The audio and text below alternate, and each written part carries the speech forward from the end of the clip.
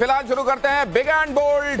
अब सबसे पहले आपको दिखाता हूं आज की वो खबरें जिन पर खास तौर से निगाह रहने वाली है। सबसे पहले आपको बताएंगे पाकिस्तान में हलाल गैंग की आंखों में क्यों खटक रही है अंजू। बात आम आदमी पार्टी के सांसद राघव चड्ढा की होगी जिनके सिर पर आज कौआ चोट मार गया, और इसके बाद कैसे शुरू हुई कौआ पॉलिटिक्स सब कुछ आपको बताएंगे। और लंदन में बाबा बागेश्वर ने अंग्रेजों के सामने ऐसा क्या कह दिया कि शाही परिवार में खलबली मच गई, ये भी आप जानेंगे आज बिग एंड बोल्ड में। साथ ही अगर आपको भी ऑफिस में नींद आती है तो जाग जाइए, क्योंकि ये आम बात नहीं है, खतरे की घंटी है। ऑफिस में सोना सिर्फ काम चोरी का इशारा नहीं है, ये बड़ी गंभीर बीमारी की तरफ इशारा कर सकता है, आपको बताऊंगा। लेकिन पहले ये अहम खबर देखिए, अंजू से संबंधित यह खबर। भारत से पाकिस्तान गई अंजू की निकाह वाली स्टोरी में नया मोड़ आ गया है। निकाह की खबरों के बीच अंजू ने पाकिस्तान की मीडिया को पहला इंटरव्यू दिया। इस इंटरव्यू में उसके अपने दोस्त नसरुल्लाह से सगाई और शादी की बात को नकार दिया। अंजू ने कहा कि वो नसरुल्लाह के पास घूमने पाकिस्तान गई है, इसके अलावा कुछ नहीं। जबकि कल एक वीडियो सामने आया था जिसमें दावा किया गया था कि अंजू ने धर्म के नाम पर यहां धर्म और नाम बदलकर कोर्ट में निकाह कर लिया है। तो अंजू भले ही नसरुल्लाह से निकाह करने पाकिस्तान पहुंच गई हो, लेकिन उसकी जिंदगी अब खतरे में है, ऐसा कहना है पाकिस्तान से आई सीमा हैदर का। सीमा को अपने वतन पर ही क्यों एतबार नहीं है, इस रिपोर्ट में देखिए। एक तरफ पाकिस्तानी सीमा हैदर प्यार में पड़कर अवैध तरीके से भारत पहुंच गई, तो वहीं भारत की अंजू इश्क के चक्कर में वाघा बॉर्डर पार कर पाकिस्तान चली गई। लेकिन सीमा हैदर अब अंजू के लिए डरी हुई है। अंजू पर सवाल पूछे जाने पर सीमा ने अपने डर की वजह बताई। सीमा ने कहा, भारत वो देश है जहां इंसान सब कुछ कर सकता है, जबकि पाकिस्तान वो देश है जहां अगर किसी को पता चल जाता कि सीमा बाहर गई है तो मेरे साथ बहुत बुरा हो जाता। सीमा से जब पूछा गया कि भारत और पाकिस्तान में महिलाओं की स्थिति में क्या अंतर नजर आता है, तो सीमा ने बताया, और बलोच में महिलाओं की कोई इज्जत नहीं है, गलती से भी सिर से दुपट्टा उतर जाने पर गाली गलौज करते हैं, जबकि भारत के लोग बहुत अच्छे हैं, औरतों की बहुत इज्जत की जाती है। और अब ज्योति मौर्य से रिलेटेड ये अपडेट देख लीजिए। एसडीएम ज्योति मौर्य के साथ अफेयर के बाद चर्चा में आए मनीष दुबे की मुश्किलें कम नहीं हुई हैं। होमगार्ड विभाग की तरफ से जांच पूरी कर ली गई है, मामला अब अपर मुख्य सचिव के पास पहुंच गया है। वहीं मनीष दुबे ने अपना पक्ष रखने के लिए एक हफ्ते का वक्त मांगा है। होमगार्ड मंत्री धर्मवीर प्रजापति ने बताया कि हफ्ते भर में मनीष दुबे का जवाब आने के बाद आगे की कार्रवाई की जाएगी। आपको बता दें कि एसडीएम ज्योति मौर्य के पति आलोक मौर्य ने मनीष दुबे की शिकायत की थी, जिसके बाद होमगार्ड विभाग ने पूरे मामले की जांच की थी और रिपोर्ट शासन को भेजी थी।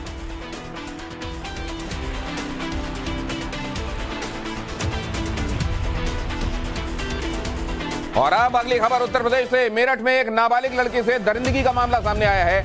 वीडियो सामने आने के बाद यूपी पुलिस ने शाकिर, आलम और पप्पू को गिरफ्तार कर लिया है, जबकि 4 अज्ञात लोगों के खिलाफ केस दर्ज कर लिया गया है। बताया जा रहा है कि गांव के आरोपी युवकों ने 2 साल पहले पीड़ित लड़की का अश्लील वीडियो बना लिया और ब्लैकमेल करके यौन शोषण करते रहे। करीब 3 महीने पहले आरोपी युवक पीड़ित लड़की को जंगल ले गए, जहां गैंगरेप करने के बाद दोबारा वीडियो बनाया। इस दौरान बगैर कपड़ों के बेल्ट से पीटा भी गया। वारदात के बाद आरोपियों ने दोबारा उसे अपनी दरिंदगी का शिकार बनाना चाहा, लेकिन जब पीड़ित लड़की ने इनकार कर दिया तो आरोपियों ने वीडियो सार्वजनिक कर दिया। और अब ज्ञानवापी से जुड़ा यह बड़ा अपडेट आपको बता दूं। ज्ञानवापी परिसर के एसआई सर्वे पर रोक कल तक जारी रहेगी। इलाहाबाद हाई कोर्ट में कल दोपहर 3:30 बजे फिर से सुनवाई होगी, जिसमें मुस्लिम पक्ष की दलील पर बहस होनी है। इससे पहले आज हाई कोर्ट ने टिप्पणी करते हुए कहा कि परिसर को नुकसान पहुंचाए बगैर एएसआई 31 जुलाई तक सर्वे का काम खत्म करे, जिस पर एएसआई ने भी जल्द सर्वे खत्म करने का भरोसा दिया। और अब आगे बढ़ने से पहले आपको दिखाता हूं big and bold quick fix. 24वें कारगिल विजय दिवस के मौके पर रक्षा मंत्री राजनाथ सिंह की पाकिस्तान को 2 टूक। रक्षा मंत्री ने कहा, भारत अपना सम्मान बनाए रखने के लिए एलओसी पार करने को तैयार है। राजनाथ सिंह ने आज 1999 में हुए कारगिल युद्ध के शहीदों को श्रद्धांजलि दी। कारगिल विजय दिवस पर बोले सेना प्रमुख जनरल मनोज पांडे, कहा, भविष्य में चुनौतियां होंगी कठिन, खुद को तैयार रखने की जरूरत है। हमारी सेना चुनौतियों से निपटने में सक्षम है। पश्चिम बंगाल के मुर्शिदाबाद से फिर बड़ी संख्या में बम बरामद हुए हैं। पुलिस को बमों का जखीरा खारग्राम इलाके में मिला है। बमों को खेतों में छुपा कर रखा गया था। खुफिया जानकारी मिलने पर पुलिस ने बमों को बरामद कर लिया। दिल्ली के गंगाराम अस्पताल में उस वक्त हड़कंप मच गया जब एक मरीज ने डॉक्टर पर चाकू से हमला कर दिया। हमला नामी न्यूरोसर्जन डॉक्टर सतनाम सिंह छाबरा पर हुआ, लेकिन मौके पर मौजूद स्टाफ ने उन्हें बचा लिया। हमले में डॉक्टर को मामूली चोटें आई हैं। गुजरात के वलसाड़ का एक वीडियो खूब वायरल हो रहा है। वीडियो में युवक खतरनाक स्टंट करता नजर आ रहा है। हालांकि ट्रैफिक पुलिस यातायात के नियमों को तोड़ने वालों के खिलाफ कड़ी कार्रवाई कर रही है, लेकिन रील के चक्कर में जान को जोखिम में डालने का सिलसिला रुक नहीं रहा। और अब बिग एंड बोल्ड पॉलिटिकल खबरों में सबसे पहले यह कि विपक्ष जानता है उसके साथ संख्या बल नहीं है, फिर वो अविश्वास प्रस्ताव क्यों लेकर आ रहा है। मोदी सरकार के खिलाफ विपक्ष के अविश्वास प्रस्ताव को मंजूरी मिल गई है। कांग्रेस सांसद गौरव गोगोई की तरफ से दिए गए नो कॉन्फिडेंस मोशन के नोटिस को लोकसभा अध्यक्ष ओम बिरला ने स्वीकार कर लिया। ओम बिरला ने कहा कि सही समय पर अविश्वास प्रस्ताव पर चर्चा की जाएगी। सभी दलों के नेताओं के से बातचीत के बाद ओम बिरला चर्चा का दिन तय करेंगे। बताया जा रहा है कि अविश्वास प्रस्ताव पर 2 दिनों तक चर्चा हो सकती है, जिसमें गृह मंत्री अमित शाह और प्रधानमंत्री नरेंद्र मोदी भी शामिल हो सकते हैं।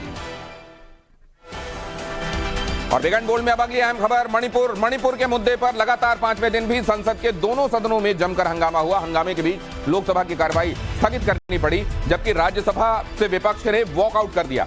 हंगामे के आसार बने हुए हैं। कल सभी विपक्षी सांसद विरोध के तौर पर काले कपड़ों में संसद पहुंचने की जुगत में है। वहीं कांग्रेस ने अपने राज्यसभा सांसदों को कल सदन में उपस्थित रहने के लिए 3 लाइन का व्हिप भी जारी कर दिया है।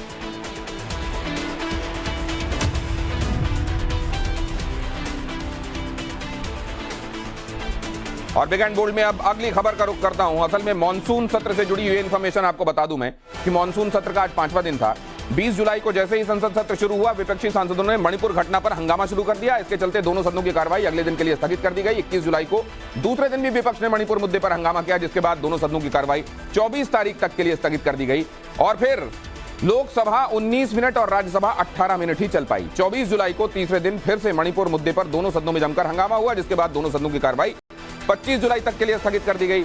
25 जुलाई को चौथे दिन एक बार फिर से मणिपुर मुद्दे पर हंगामा हुआ। राज्यसभा में विपक्ष ने वॉकआउट किया और जिसके बाद 2 घंटे से ज्यादा कार्रवाई नहीं चल पाई और इस दौरान अनुसूचित जनजाति से जुड़ा विधेयक ही यहां पारित हो पाया। और अब बिग एंड बोल्ड में अगली अहम खबर राघव चड्ढा से जुड़ी हुई। आम आदमी पार्टी के सांसद राघव चड्ढा की एक तस्वीर, आज उस पर जमकर सियासी ठहाके लगे। जब राघव चड्ढा मॉनसून सत्र में भाग लेने के लिए संसद पहुंचे तो एक कौवे ने उनके सिर पर चोंच मारी। यही फोटो सोशल मीडिया पर जमकर वायरल होने लगी। किसी ने कहा झूठ बोले कौवा काटे, तो किसी ने लिखा लोकतंत्र पर सीधा हमला। वहीं बीजेपी ने भी राघव चड्ढा की इस तस्वीर को ट्वीट करके मजे लेते हुए लिखा झूठ बोले कौवा काटे। आज तक सिर्फ सुना था, आज देख भी लिया, कौवे ने झूठे को काटा। बीजेपी के तंज पर राघव चड्ढा ने भी पलटवार करते हुए रिट्वीट किया, रामचंद्र कह गए सी ऐसे ऐसा कलयुग आएगा, हंस चुकेगा दाना दुनका, कौवा मोती खाएगा। और पश्चिम बंगाल में पंचायत चुनावों पर हिंसा के संदर्भ में बीजेपी की फैक्ट फाइंडिंग कमेटी की रिपोर्ट आ गई है। रविशंकर प्रसाद ने रिपोर्ट सार्वजनिक करते हुए ममता सरकार पर जमकर हमला बोला है।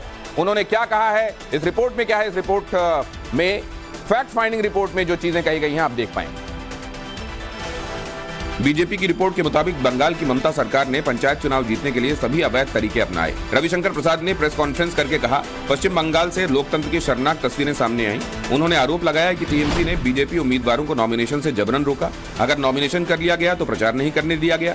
परिवार के अपहरण और तोड़फोड़ की धमकी दी गई। बीजेपी समर्थित उम्मीदवारों और उनको वोट देने वालों पर हमले किए गए। बीजेपी समर्थित उम्मीदवारों को जीत के बाद सर्टिफिकेट नहीं दिया गया। सर्टिफिकेट देने के नाम पर टीएमसी ज्वाइन करने के लिए मजबूर किया गया। रिपोर्ट के मुताबिक कलकत्ता हाईकोर्ट के आदेश के बाद भी संवेदनशील बूथों पर पर्याप्त सुरक्षा बल मौजूद नहीं थे और चुनावी हिंसा में 50 से ज्यादा लोगों की जान चली गई। फैक्ट फाइंडिंग कमेटी ने हिंसा की जांच कलकत्ता हाईकोर्ट की निगरानी में सीबीआई से कराने समेत सभी बम ब्लास्ट की जांच एनआईए से कराने की मांग की है। आपको बता दें कि पश्चिम बंगाल में हाल ही में हुए पंचायत चुनाव के दौरान हिंसा का सच जानने के लिए बीजेपी ने 4 सांसदों की फैक्ट फाइंडिंग कमेटी का गठन किया था। कमेटी ने पश्चिम बंगाल जाकर हिंसा के लिए जिम्मेदार तथ्यों की जांच की और पूरी रिपोर्ट केंद्रीय नेतृत्व को सौंपी।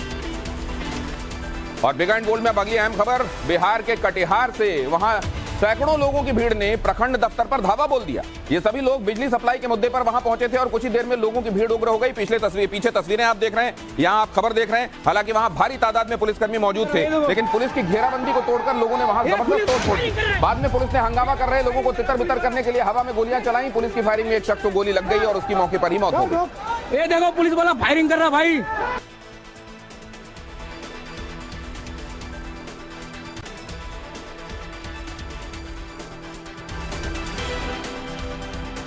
ये देखिए तस्वीरें, यहाँ पर आप पुलिस वाला फायरिंग कर रहा है। ये देखो, ये पुलिस वाला फायरिंग कर रहा है। ये देखो फायरिंग कर रहा है पुलिस वाला। ये देखो पुलिस वाला फायरिंग कर रहा है। ये देखो पुलिस वाला फायरिंग कर रहा है भाई। और लंदन से बाबा बागेश्वर का कोहिनूर वाला संकल्प, ये पूरी खबर आप बिग एंड बोल्ड इंटरनेशनल में देखने वाले हैं। लेकिन उससे पहले आज की कुछ और पॉलिटिकल अपडेट्स देखिए। BNB political quick fix. Madhya Pradesh में मिशन 2023 की कमान गृहमंत्री अमित शाह ने संभाल ली है। देर शाम अमित शाह भोपाल में विधानसभा चुनाव में तैयारी में जुटे बीजेपी नेताओं के साथ मीटिंग करेंगे। रात्रि विश्राम के बाद कल सुबह दिल्ली लौट जाएंगे। एक महीने में गृहमंत्री का यह दूसरा भोपाल दौरा है। मध्य प्रदेश विधानसभा चुनाव में 4 महीने का वक्त बचा है। कांग्रेस 5 गारंटियों के साथ मैदान में है, तो बीजेपी इन गारंटियों का तोड़ निकालकर उन्हें चुनाव के पहले ही लागू कर लाभ लेना चाहती है। इसी के तहत मध्य प्रदेश में रसोई गैस सिलेंडर 500 रुपए में देने का फॉर्मूला तैयार किया जा रहा है। इसमें अगर सिर्फ उज्ज्वला कनेक्शन वालों को शामिल किया जाए तो भी इससे 71 लाख लोगों को फायदा मिलेगा। आज संसद में राजस्थान के बीजेपी सांसदों ने लाल डायरी लेकर प्रदर्शन किया। डायरी के कवर पेज पर लिखा था अशोक गहलोत की लाल डायरी। बीजेपी सांसदों का दावा है कि पूर्व मंत्री राजेंद्र गुढ़ा की लाल डायरी में सीएम गहलोत के करोड़ों रुपए के भ्रष्टाचार का हिसाब किताब है। केंद्र सरकार ने ईडी निदेशक संजय कुमार मिश्रा का कार्यकाल बढ़ाने की मांग को लेकर एक बार फिर सुप्रीम कोर्ट का रुख किया है। मामले में 27 जुलाई को सुनवाई होगी। सुप्रीम कोर्ट के 11 जुलाई के फैसले के मुताबिक ईडी निदेशक के तौर पर संजय मिश्रा का कार्यकाल 31 जुलाई को खत्म हो रहा है। सुप्रीम कोर्ट ने संजय मिश्रा के कार्यकाल को तीसरी बार बढ़ाने के फैसले को गलत ठहराया था। दिल्ली की केजरीवाल सरकार ने त्योहारी सीजन में राजधानी के लिए 4 दिन ड्राई डे घोषित किया है। जन्माष्टमी, मुहर्रम, स्वतंत्रता दिवस और ईद के दिन शराब के ठेके बंद रहेंगे, यानी इन दिनों शराब की बिक्री नहीं होगी। और अब आपको दिखाता हूं बिग एंड बोल्ड ट्रेंडिंग। शुरुआत मौसम की खबरों के साथ। दिल्ली एनसीआर में सुबह के वक्त तेज बारिश ने लोगों को उमस से कुछ राहत दी। मौसम विभाग का अनुमान है कि अगले 2 दिनों तक दिल्ली का मौसम ऐसा ही बना रह सकता है। इसके अलावा मौसम विभाग ने उत्तराखंड और हिमाचल में अगले 24 घंटे के लिए बारिश का ऑरेंज अलर्ट साउंड किया है। छत्तीसगढ़ और महाराष्ट्र के कुछ इलाकों में अगले 2 दिन तक भारी बारिश होने की संभावना है। जुलाई के आखिरी हफ्ते में रिकॉर्ड तोड़ बारिश के बाद मानसून ने एक बार फिर रफ्तार पकड़ ली। पहाड़ों पर आफत बरस रही है। मैदानी इलाकों में नदियां उफान पर हैं। रिपोर्ट देखिए। भारी बारिश के बाद उदयपुर की मोरबानिया नदी में अचानक उफान आ गया, जिसमें 2 बाइक सवार फंस गए। काफी देर तक दोनों युवक पुल के एक खंभे को पकड़कर खड़े रहे, जिन्हें क्रेन से रेस्क्यू किया गया। वहीं शिमला के कंधार में बादल फटने के बाद तबाही की तस्वीरें सामने आईं। देर रात आए फ्लैश फ्लड में एक युवक बह गया, जबकि स्कूल की इमारत समेत कई मकान जमींदोज हो गए। देहरादून में भी बारिश के कारण नदियां उफान पर हैं। पानी के तेज बहाव में एक शख्स बह गया, जिसे बचाने के लिए सर्च ऑपरेशन चलाया गया। तस्वीरें तेलंगाना के वारंगल की देखिए, जहां बाढ़ में पूरा का पूरा शहर डूब गया। लोगों को सुरक्षित इलाकों तक पहुंचाने के लिए एनडीआरएफ ने रेस्क्यू ऑपरेशन चलाया। वारंगल को मुलुगु से जोड़ने वाले NH 164 पर बने पुल के ऊपर से पानी बहता रहा। ऐसे ही हालात तेलंगाना के कई जिलों में बने हुए हैं। उत्तर प्रदेश के बागपत से यमुना में उठे तूफान की तस्वीरें सामने आईं। बताया जा रहा है कि नदी में IGL की पाइपलाइन अचानक फट गई, जिसकी वजह से 30 से 40 फीट ऊंचा पानी का फव्वारा फूट पड़ा। मुंबई में भारी बारिश के चलते अंधेरी सबवे एक बार फिर पानी से भर गया, जिसके बाद पुलिस और BMC ने सबवे को बंद किया। मुंबई के तानसा बांध से 1100 क्यूसेक पानी छोड़ा गया, जिसके बाद भिवंडी और पालघर के लोगों के लिए अलर्ट जारी किया गया। जबकि कोल्हापुर के राधानगरी डैम का एक गेट खुलने के बाद कई गांव और शहर में बाढ़ का खतरा मंडराने लगा। दिल्ली NCR में आज सुबह हुई बारिश के बाद लोगों को उमस से राहत जरूर मिली, लेकिन कई इलाकों में ट्रैफिक जैम देखने को मिला। दिल्ली के करीब नोएडा में बारिश के बाद कई इलाकों में सड़कों और सोसाइटियों में पानी भर गया। कुछ इलाकों में तो बाढ़ का खतरा मंडराने लगा। गाजियाबाद में हिंडन नदी अब भी उफान पर है, जिसके चलते रिहायशी इलाके डूबे हुए हैं। लोगों की मदद के लिए NDRF रेस्क्यू ऑपरेशन चला रही है। आर्टिफिशियल इंटेलिजेंस, इससे जुड़े तमाम पहलू हम आपको लगातार बिग एंड बोल्ड में बताते रहते हैं, क्योंकि ये अभिशाप भी हो सकता है और वरदान भी। ये खबर देखिए, American artificial intelligence research company OpenAI ने ChatGPT का ऐप भारत में एंड्रॉइड डिवाइस के लिए भी लॉन्च कर दिया। अभी तक ChatGPT का केवल एप्पल वर्जन मौजूद था, लेकिन अब एंड्रॉइड ऑपरेटिंग सिस्टम वाले यूजर भी ChatGPT को अपने फोन या मोबाइल में डाउनलोड कर सकते हैं। दरअसल ChatGPT आर्टिफिशियल इंटेलिजेंस वाला चैटबॉट है, जो यूजर के किसी भी सवाल का चुटकियों में विस्तार से जवाब देता है। कई लोगों को लगता है ये काम तो गूगल भी कर सकता है, तो हम आपको बता दें कि गूगल एक सर्च इंजन है जो आपकी सर्च के रिजल्ट्स के लिंक्स आपको दिखाता है, लेकिन ChatGPT आपके किसी भी सवाल का जवाब AI के माध्यम से तैयार करता है और विस्तार से टेक्स्ट फॉर्म में आपके सामने रख देता है। और अब एयर इंडिया से संबंधित यह खबर देखिए। इंडियन कॉमर्शियल पायलट एसोसिएशन ने एयर इंडिया को एक चिट्ठी लिखकर अपनी समस्याओं के बारे में सूचित किया है। पायलटों ने चिट्ठी में लिखा है कि DGCA के नियमों का उल्लंघन करते हुए उन लोगों के साथ ज्यादती की जा रही है। उन्हें किसी भी वक्त ड्यूटी पर बुला लिया जाता है, जिस वजह से उनकी नींद तक पूरी नहीं हो पाती। साथ ही आरोप भी लगाया गया है कि कभी कभी बिल्कुल लास्ट मिनट में उनकी फ्लाइट चेंज कर दी जाती है, जबकि ऐसा करना DGCA के नियमों के खिलाफ है। इंडियन कॉमर्शियल पायलट एसोसिएशन ने एयर इंडिया से इन मामलों को फौरन सुलझाने की अपील की है।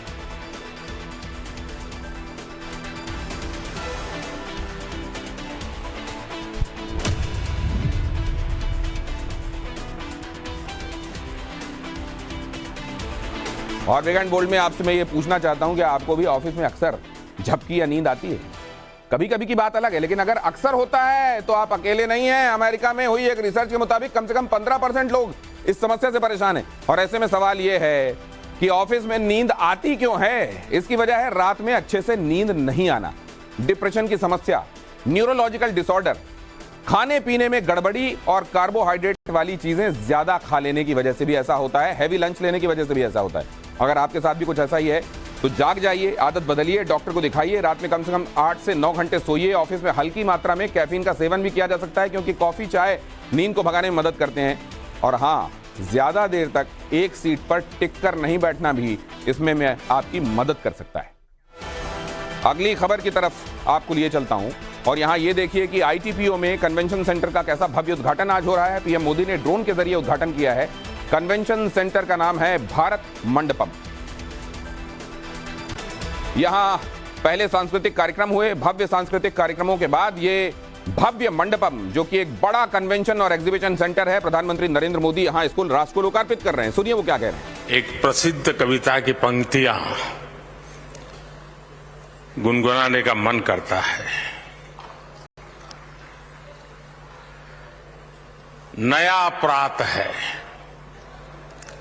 नया प्रात है, नई बात है, नई किरण है, ज्योति नई, नई उमंगे, नई तरंगे, नई आस है, सांस नई। उठो धरा के अमर सपूतों, उठो धरा के अमर सपूतों, पुनः नया निर्माण करो। जन जन के जीवन में फिर से नई स्फूर्ति, नव प्राण भरो।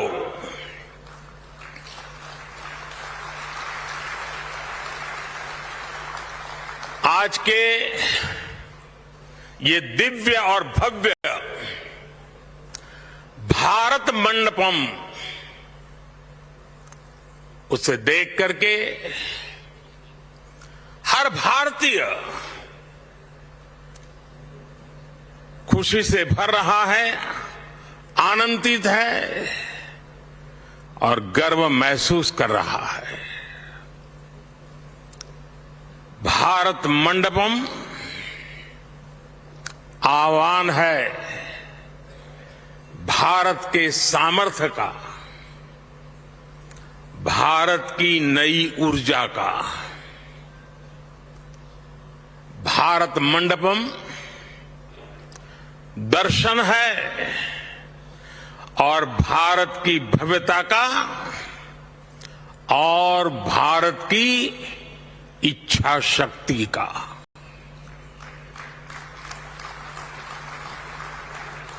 कोरोना के कठिन काल में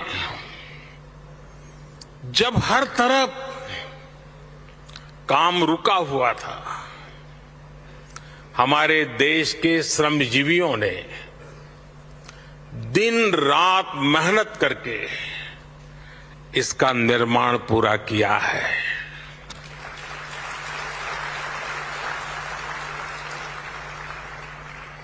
भारत मंडपम के निर्माण से जुड़े हर श्रमिक भाई बहन को,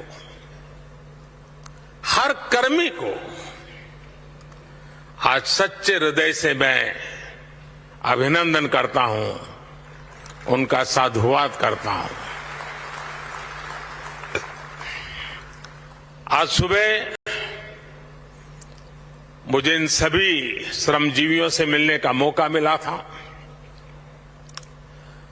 हमारे इन श्रमिक साथियों को सम्मानित करने का मुझे सौभाग्य मिला था।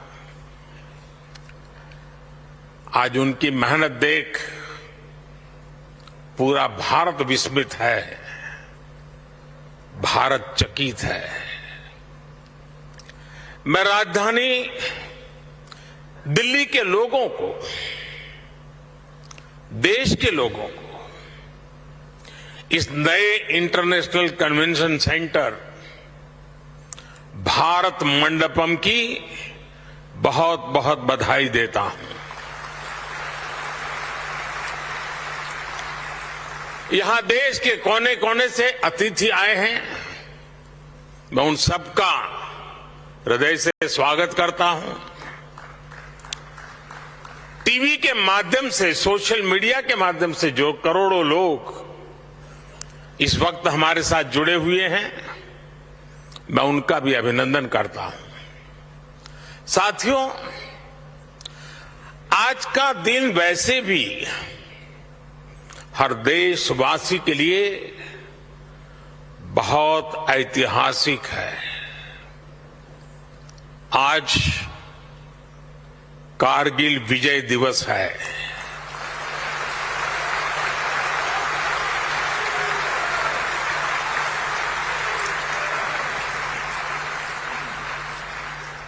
देश के दुश्मनों ने जो दुस्साहस दिखाया था, उसे मां भारती के बेटे बेटियों ने